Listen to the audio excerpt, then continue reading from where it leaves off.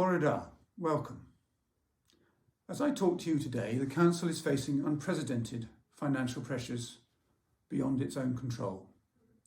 A combination of events, the long-term impact of the COVID pandemic, leaving the European Union and Russia's illegal invasion of Ukraine have had a major impact on the UK economy, and we in Powys are not immune from that. The resulting cost of living crisis, which is impacting our own lives, those of our family and friends, is also having a direct impact on the Council's finances. In March, the Council agreed the budget for this year and at the same time approved a 5-year financial strategy.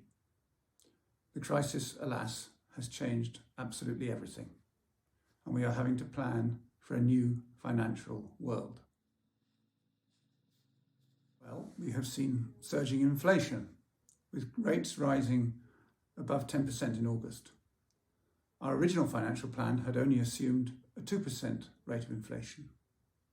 Interest rates have been steadily increasing, as we all know, impacting on the Council's capital programme. Rising gas and oil prices have led to big increases in energy price costs for everyone, including the Council.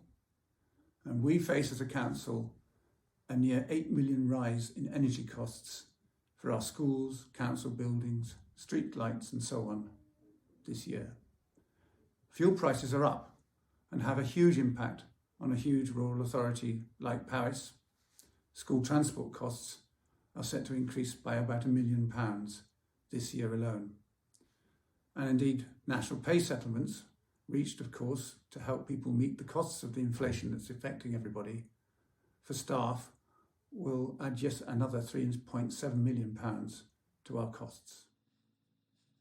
Well, last winter, Welsh Government announced a 3-year settlement for local authorities in Wales.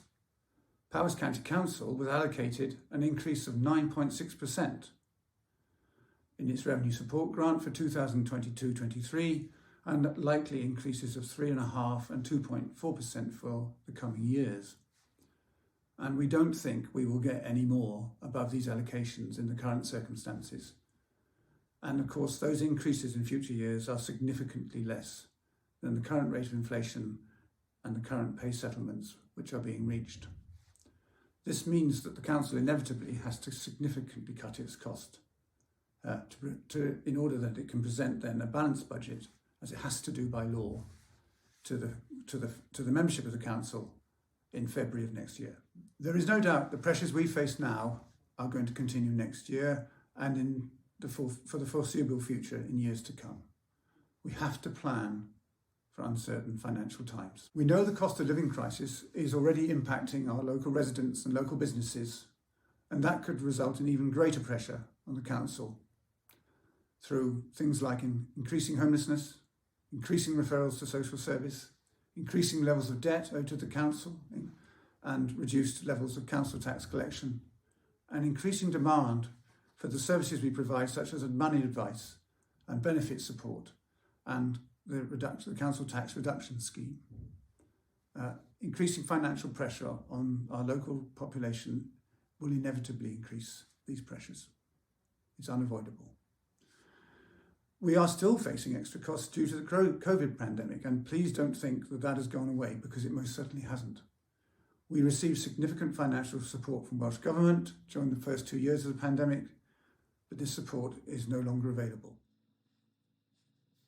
Cabinet members and senior officers have been monitoring the impact of these cost increases and are looking at all the options.